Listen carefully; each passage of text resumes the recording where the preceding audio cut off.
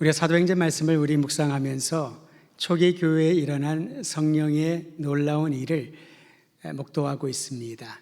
초기 교회를 생각할 때마다, 사도행전을 읽을 때마다 가슴이 벅차오릅니다. 어떻게 이런 일이 일어났을까? 사람의 계획과 생각으로 도무지 할 수 없는 일들이 기적처럼 일어나게 되는데, 그 중에 놀라운 일이 짧은 시간에 수많은 사람들이 복음을 듣고 예수님을 믿기로 작정했다라는 것입니다. 생명이 탄생하는, 새 생명이 탄생하는 놀라운 일을 사도행전 가운데 발견하게 됩니다. 그런데 수많은 사람들이 모여들면서 교회 공동체를 흔드는 위기들이 발생을 합니다. 그래서 이럴 때마다 사람들은 얘기를 하지요. 하나님 바라보고 신앙생활 해야지 사람 보면 안 된다고. 근데 여러분, 그런 말이 크게 위로가 되지 않는 것은 하나님을 예배하고 예수님을 만나 변화된 사람이라면 분명히 다를 것이라고 기대하는데, 그렇지 않고 또 다른 위기들을 겪을 때마다 신앙의 흔들림이 있기 마련입니다. 지난주에 우리가 보았던 교회 공동체의 위기는 아나니아와 삽비라 부부에 의해서 일어났습니다. 거짓되고 모방의 신앙을 보여준 거지요. 마치 겉으로는 신앙생활 잘하는 사람처럼 헌신하고 봉사하는 것처럼 보였지만 실제로 그들의 마음에는 하나님을 경홀히 여기고 거짓을 말하는 그러한 삶을 살게 됩니다. 그러자 교회는 두 사람을 권징하는데요, 그 징계의 모습이 너무 끔찍합니다. 둘 다 죽임을 당하죠. 어떤 분은 그렇게 생각할 것입니다. 너무 심하지 않나. 아니, 그렇게 거짓말한 건 잘못된 일이지만 그렇다고 남편에 이어 아내까지 둘을 다 그렇게 죽게 하다니. 여러분, 이처럼 끔찍한 사건을 통하여 교회는 순결과 거룩성을 유지할 때 진정한 신앙 공동체로 자리매김할 수 있다는 것을 배우게 되는 것입니다. 또 다른 위기가 찾아옵니다. 그 위기는 자기 중심적으로 판단하고 논쟁하면서 발생합니다. 여러분, 논쟁을 할 때가 많이 있지요. 긍정적인 의미의 논쟁은 내가 알지 못하고 생각하지 못했던 부분을 다른 사람을 통하여 배우게 됩니다. 논쟁은 필요합니다. 근데 부정적인 의미, 그리고 우리가 대부분 경험하는 논쟁은 내 생각을 동의하여 주지 않기 때문에, 내 생각으로는 저 사람이 말하는 것이 도저히 이해가 되지 않기 때문에 논쟁하고 그리고 등을 돌리게 됩니다. 적이 되는 거죠. 논쟁이 심해지면 어떤 현상이 따라오게 되냐면요, 편을 만듭니다. 내 생각에 동의하는 사람들을 한 명씩 포섭을 하죠. 그리고 내 편으로 만듭니다. 여러분, 그거 아세요?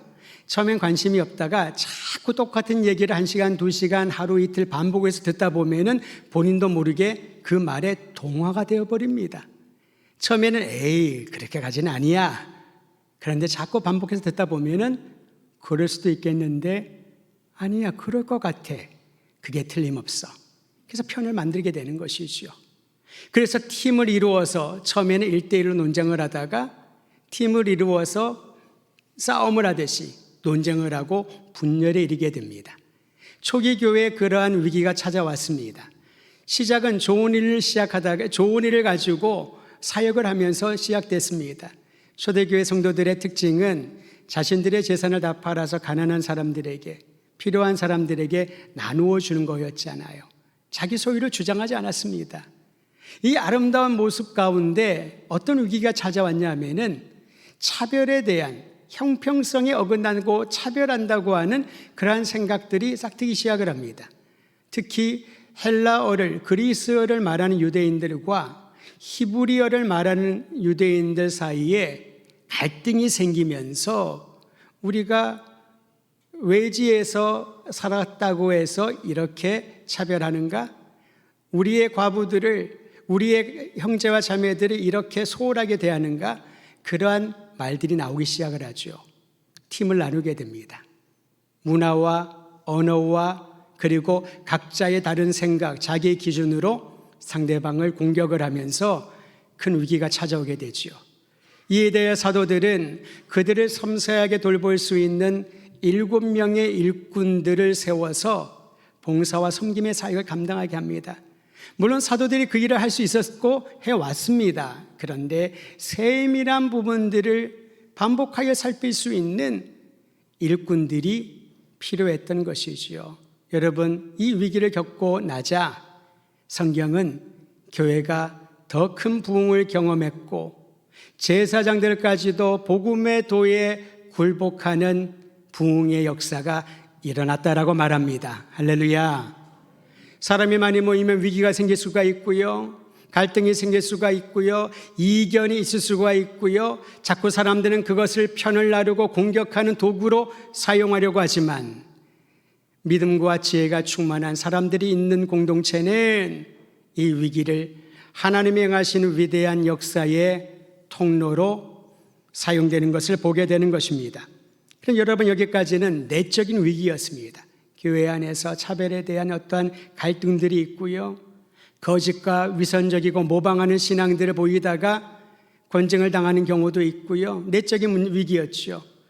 또 다른 위기는 외적인 위기가 찾아옵니다. 내적인 위기는 어느 정도 힘들지만은 통과할 수 있다면은 외적인 위기는 다른 차원입니다. 그 외적인 위기는 박해라는 형태로 다가오게 됩니다. 이 박해로 인하여 초기 교회 최초의 순교자가 나옵니다. 여러분, 그 사람 이름을 아시죠? 누군가요? 이쪽에서 한두 분이 하시고 다들 속으로 하시네요. 일부 예배 때는 이쪽에서 많이 얘기하시던데 오늘은 이쪽에 계신 분들이 조금 더 기세가 좋은 것 같습니다. 스데반입니다. 스데반이 왜 순교당했을까요? 신앙적인 그런 갈등을 느낀 소위 말하는 자칭 엘리트 유대인들에 의하여서 그는 공격을 당하게 됩니다. 스데반은 여러분 7 일꾼 중에 한 분이었잖아요. 봉사와 섬김의 사역을 담당했던 사람 중에 하나였습니다. 근데 스데반에게는 놀라운 은사와 재능이 주어졌습니다. 그는 복음을 전하는데 이 복음에 대하여 목매한 사람들, 다른 문화나 다른 신학관을 갖고 있는 사람들에게 예수 그리스도의 십자가와 부활의 복음이 얼마나 소중한지를 변증하는, 변호하는 그런 은사를 가진 사람이었습니다. 우린 그것을 변호하시죠? 변론하다, 변증이라고 말합니다. 그저 논쟁을 하고 믿든지 안 믿든지 막 핏대를 세우고 혈기를 부리면서 그 사람들에게, 다른 사람들에게 복음을 전하는 게 아닙니다. 우리가 봐왔던 경우는 대부분 그런 경우 아니겠습니까? 변증은 어찌하든지 접촉점을 가지려고 합니다. 지금 상대방에게 내가 만난 예수를, 내가 경험한 이 복음의 진리를 전하기 위하여 전도의 핵심은 무엇입니까? 전하는 거잖아요. 전하는 거지요. 내가 가진 믿음이 우세하고 유일하다는 것을 과시하면서 다른 사람들을 아주 열등하고 영적으로 무지한 사람으로, 불쌍한 사람을 여기는 것이 전도가 아닙니다. 전도는 접촉점을 가지고 전하는 겁니다. 여러분, 왜 우리가 악수를 하나요? 악수의 유래는 딴 게 있습니다만은 우리가 실용적으로 사용하는 악수는 상대방과 나의 체온을 교류하는 건 아니겠습니까? 스킨십 아니겠어요? 서로가 이제는 친구여 반갑고 내가 당신을 존중한다는 그런 의미로 머리를 숙이기도 하고 우리 문화에서는 악수를 하기도 하는 것 아니겠습니까? 바로 이처럼 변증은 접촉점을 가지고 예수 그리스도의 복음의 확실성과 진리의 명확성을 전하는, 변호하는 그런 역할을 하는 것인데 스데반이 그런 사역을 감당하게 된 사람입니다. 그런데 알렉산드리아에서 철학적인 훈련을 잘 받은 유대인들, 소아시아에서 새로운 문화에 익숙해지는 유대인들이 보니까 스데반과 생각과 달랐던 거죠. 논쟁이 일어납니다. 그런데 그 많은 사람들이 덤벼들었지만 스데반 한 사람을 이길 수가 없었던 것입니다. 아무리 이리저리 공격을 해도 스데반이 전하는 복음의 변증을 누릴 수 있는 지적인 영적인 힘이 없었던 것이죠. 성경은 스데반이 지혜와 성령이 충만하여 복음을 전하였다라고 말합니다. 언변이 뛰어나서 공부를 잘해서 많은 학위를 가져서 변증하는 게 아니라는 거죠. 하나님의 지혜와 하나님의 성령이 충만하면은 내 안에 계신 성령께서 나로 하여금 할 말을 가르쳐 주시고 상대방의 접촉점을 붙들 수 있는 영적인 눈을 열어주신 줄을 믿으시기를 바랍니다. 이것이 오늘날의 전도에도, 복음 전도에도 동일하게 적용되어야 할 것입니다. 근데 문제는 이 박해가 왜 일어나느냐? 스데반을 거짓 증인들을 세워가지고 모함을 합니다. 사람들을 선동을 하지요. 여러분, 이게 얼마나 무시무시한 인류의 역사인지 모릅니다. 인류의 역사는 악이 선을 이길 수 있는 것은 유일한 거지요. 사람들을 선동하는 겁니다. 거짓을 뿌리는 거지요. 거짓 증인들을 세웁니다. 10계명의 하나인 거짓 증인하지 말아라 함에도 불구하고 그 순간에 잊어버렸나 봅니다. 백성들을 충동을 하고 거짓 증인을 세워서 스데반을 하나님을 모독한 자로 몰아 돌로 쳐서 죽게 합니다. 여러분, 그걸로 끝이 아니었습니다. 스데반의 순교로 인하여 초기 교회의 영적 부흥은 이제 가로막히는 지경에 놓인 것으로 사람들은 생각할 것입니다. 그런데 어떤 일이 일어나는지 사도행전 8장 1절엔 이렇게 기록되어 있습니다. 여러분이 가지고 있는 성경과 함께 8장 1절 같이 읽도록 합니다. 시작. 사울은 그가 죽임당함을 마땅히 여기더라. 그날에 예루살렘에 있는 교회에 큰 박해가 있어 사도 외에는 다 유대와 사마리아 모든 땅으로 흩어지리라. 여러분, 스데반이 순교당했습니다. 그리고 많은 사람들이 스데반이 죽은 것은 마땅하다. 그 중에 사울이라고 하는, 나중에 바울이 된 사울도 그 자리에 있었던 것이지요. 그리고 그날에 예루살렘에 있는 교회에 큰 박해가 있어서 성도들은, 사도들을 제외하고 성도들은 유대 온 전역으로 흩어졌습니다. 사마리아까지 흩어졌습니다. 여러분, 성경이 너무 재밌게 표현하지 않았습니까? 박해가 일어나자 그것이 두려워서 성도들이 다 도망갔더라, 피신 갔더라, 그렇게 기록하지 않습니다. 흩어졌더라. 우린 여기서 교회의 본질을 발견하게 됩니다. 예수의 복음을 듣기 위하여 그 복음을 받아들이는 사람들이 함께 모여 주님을 예배하는 공동체, 사랑을 나누고 사회를 변혁시킬 아름다운 꿈과 비전을 가지기 위하여 모인 공동체가 교회인데, 교회는 그 자리에 모여 있는 것이 아니라는 거죠. 여기가 좋사오니, 예배당에 좋사오니, 이 사람들이 좋사오니, 그게 교회가 아니라 흩어지는 교회. 세상을 향하여 주님께서 가라고 하는 그곳을 향하여 흩어지는 교회, 이들이 바로 교회라는 사실을 오늘 말씀을 통하여 발견하게 됩니다.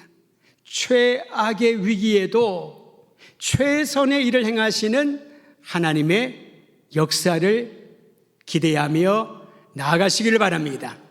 살다 보면 그런 생각 들어오잖아요. 나 지금 최악이야. 내 인생의 최악의 위기야. 지금 나는 살 소망이 없어 라고 여기는 그 순간에 하나님이 이루실 최선의 역사를 기대하는 자, 그가 바로 믿는 이들이요 하나님을 경외하는 사람인 줄 알아야 할 것입니다.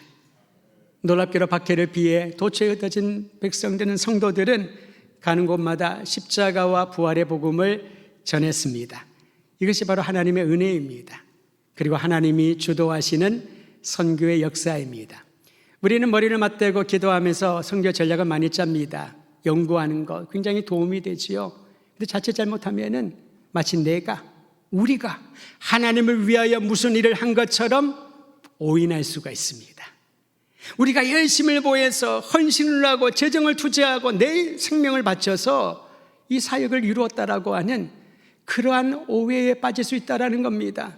선교는 전적으로 하나님이 주도하시는 하나님의 선교임을 인정하고 그저 우리는 그 거룩한 사역에 동참할 수 있는 특권을 받은 사람인 줄 알고, 여러분 이 특권에 모두 동참하시길 주의 이름으로 초청합니다. 초기 교회 7 일꾼 중에 한 사람이었던 빌립 역시 이런 하나님의 주도하시는 선교의 역사에 동참하는 특권을 누린 사람입니다. 성경에 보니 빌립은요 사마리아의 한 마을로 들어가서 예수 그리스도의 복음을 전했다라고 말합니다. 사도행전 8장 8절에 보니 빌립이 전한 복음을 듣고 사마리아 성 내에 있는 사람들이 크게 기뻐하였다. 사마리아는 어떤 성인지 아시지요? 유대인들은 사마리아인들과 상종하지 않았습니다. 불결하게 여겼습니다. 그들의 과거 역사가 그러했고 오늘 본문인 이 당시에도 그러했습니다. 아주 우습게 여기는 그러한 대상들이 사마리아 사람이었습니다. 그 이후에 하나님은 빌립을 사용하셔서 예기치 못한 지역에 이르기까지 복음이 전파되는 일을 감당하게 합니다. 근데 여러분, 이 과정을 보면요, 예수님이 승천하시기 전에 제자들에게 약속하셨던 말씀이 그대로 이루어지고 있다는 것을 우리는 알게 됩니다. 사도행전 1장 8절 기억하시죠? 함께 선포합니다. 시작. 오직 성령이 너희에게 임하시면 너희가 권능을 받고 예루살렘과 온 유대와 사마리아와 땅 끝까지 이르러 내 증인이 되리라. 할렐루야. 갑자기 생각이 안 나는 분은 다 고개를 숙이고 계셔요. 기도하는 듯이. 그럴 때 있지요. 그 말씀이 그대로 이루어지는 것이 오늘 본문까지입니다. 자, 보셔요. 예루살렘의 교회 부흥이 일어납니다. 허다는 무리들이 복음을 받아들이고 제사장까지도 이 복음을 받아들인 일들이 일어납니다. 예루살렘에서 박해가 일어납니다. 그러자 성도들이 온 유대 전역에 흩어집니다. 사마리아까지 흩어집니다. 그들은 환난 가운데 복음을 전하며 부흥의 역사를 목도합니다.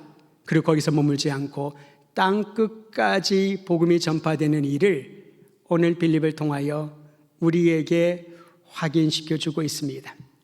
여러분, 제가 4가지 단어를 한번 말씀드릴 텐데 이 단어와 연관되는 한 단어를 한번 생각해 보십시오. 혹시 아시면은 말씀하셔도 되겠습니다. 그분에게는 예배 끝나고 특별한 상을 드릴까 한번 생각해 봅니다. 한번 들어보셔요. 하라, 시다모, 진마, 예카체프. 한 번 더 말씀드릴게요. 4가지 단어는 한 단어와 연결이 됐으면 새로운 단어입니다. 하라, 시다모, 진마, 예카체프. 떠올리시나요? 한 분은 아시는 것 같아요. 커피의 종류입니다. 그냥 커피가 아니라 에디오피아산 커피의 종류입니다. 특히 예카체프라는 경우는요, 커피의 귀족이라고 불릴 정도로, 커피의 귀부인이라는 별명을 붙일 정도로 세련된 맛과 향기를 가지고 있다고 해서 커피 매니아들은 알고 있는 그러한 이름이기도 합니다. 저는 매니아는 아닙니다. 근데 주변에 많은 분들이 그 관심이 많으셔가지고 얘기를 하는데, 에디오피아 커피 중에서 여러 가지가 있지만은 예카체프는 정말 좋다고. 사람마다 취향은 다르겠지만요. 지금은 여러분, 에티오피아 그러면 아프리카의 한 나라, 그렇게 부강한 나라라고 생각하지 않을 겁니다. 커피의 주생산국이라고 그 정도 떠올리실 거예요. 그러나 1세기 당시, 사도행전이 배경이 되었던 당시의 에티오피아는 고대 근동에서 상당한 저력을 가진 나라였습니다. 그 나라의 국력과 영향력은 막강했다라는 것이지요. 근데 성경은 이 아프리카 북동쪽에 위치한 에티오피아에까지 복음이 전파되는 것을 오늘 빌립의 섬김을 통하여 가르쳐주고 있다라는 겁니다. 여러분, 다시 한번 예수 그리스도의 복음이 에티오피아를 비롯하여 땅끝까지 전파되는 현장을 세밀하게 살펴보도록 하십시다. 사도행전 8장 26절, 오늘 본문 중에 하나지요. 같이 한번 읽습니다. 시작. 주의 사자가 빌립에게 말하여 이르되 일어나서 남쪽으로 향하여 예루살렘에서 가사로 내려가는 길까지 가라 하니 그 길은 광야라. 사실 이 말이요, 빌립이 사마리아에서 사역하고 있을 때 들렸던 말이거든요. 말씀이거든요. 사마리아의 복음을 전하자 온 성내에 큰 기쁨이 있을 정도로 사역이 역동적으로 일어납니다. 활발하게 일어납니다. 근데 그때 하나님께서 그에게 명하시는 거죠. 사마리아를 떠나라. 남쪽으로 내려와라. 예루살렘으로 가사로 가는 길로 가라. 그런데 거기가 어떤 환경인지 빌립은 잘 알았죠. 성경이 말하는 바 광야라. 아니, 지금 사역이 잘 되고 있는데, 지금 내가 여기서 주의 복음을 전했을 때 많은 사람들이 구원받는데 왜 갑자기 나에게 광야로 가라 하시는가? 그 근처는 예루살렘에 박해가 있은 지가 얼마 전인데 이걸 어떻게 우리가 이해할 수 있을까요? 어쩌면 잘못 들었다고, 또는 하나님이 잘못 말씀하셨다라고 그렇게 생각하고 싶을 겁니다. 그런 경우 많이 있잖아요. 어떤 분은 분명히 하나님이 말씀해 주셨는데 들었어요. 근데 못 듣는 척해요. 주님, 저 아니죠? 얘지요? 저한테 그 일을 하라는 게 아니죠? 다른 사람이죠?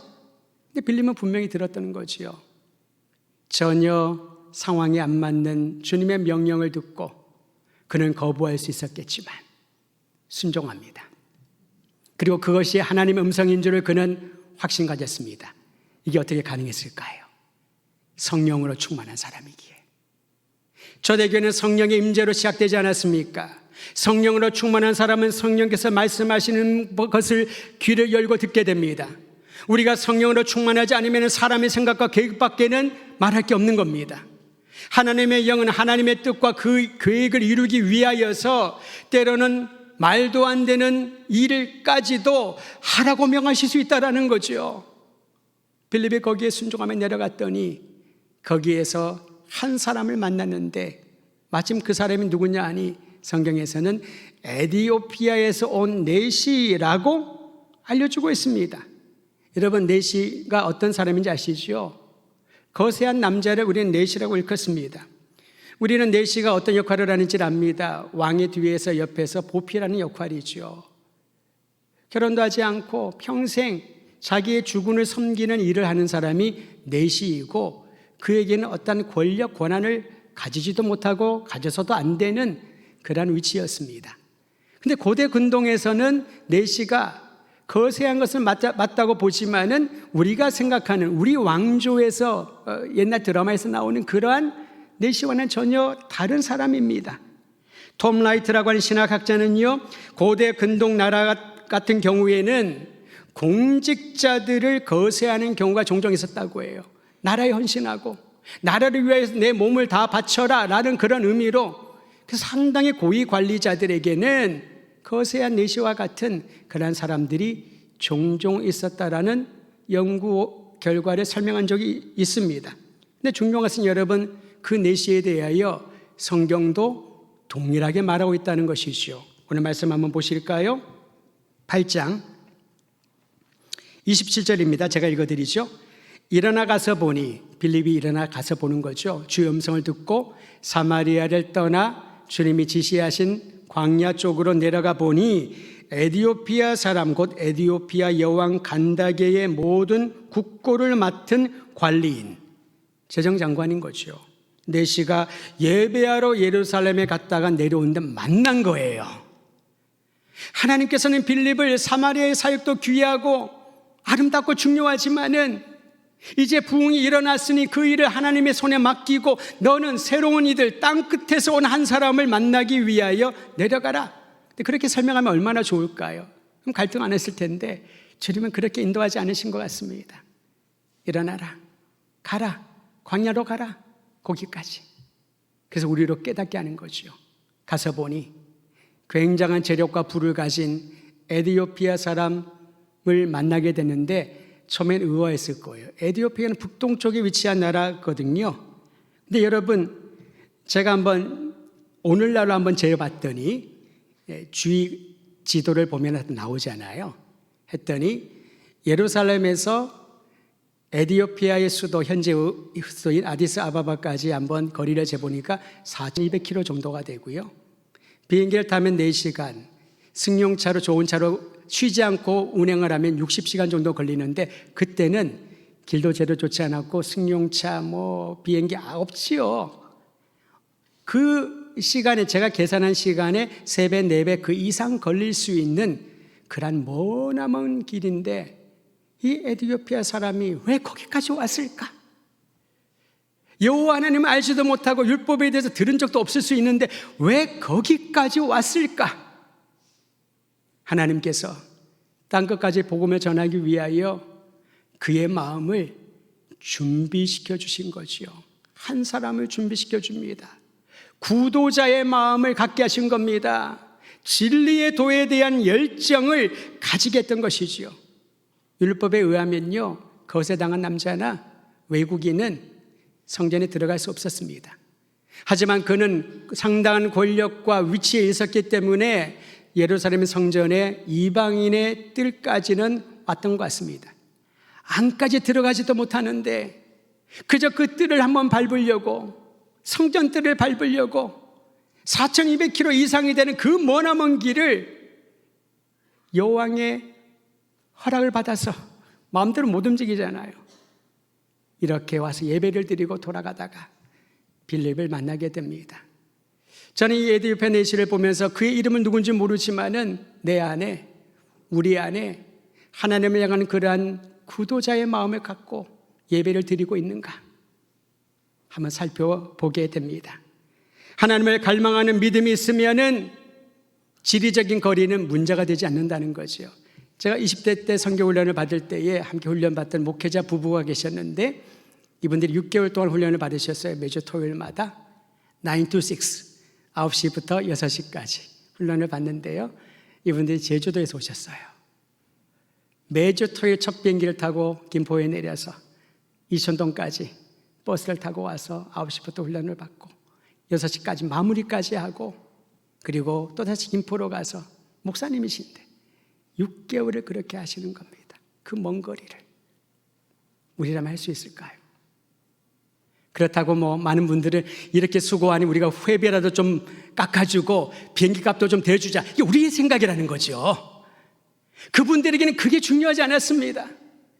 그 먼 거리도 구도자의 마음을 가지고 주님의 도를, 주님의 말씀을, 성교의 열정을 확인받고 훈련받기 위해 온 것이지요. 또 다른 이들은 지금 없어졌습니다만은 통일호라는 기차 있죠. 완행.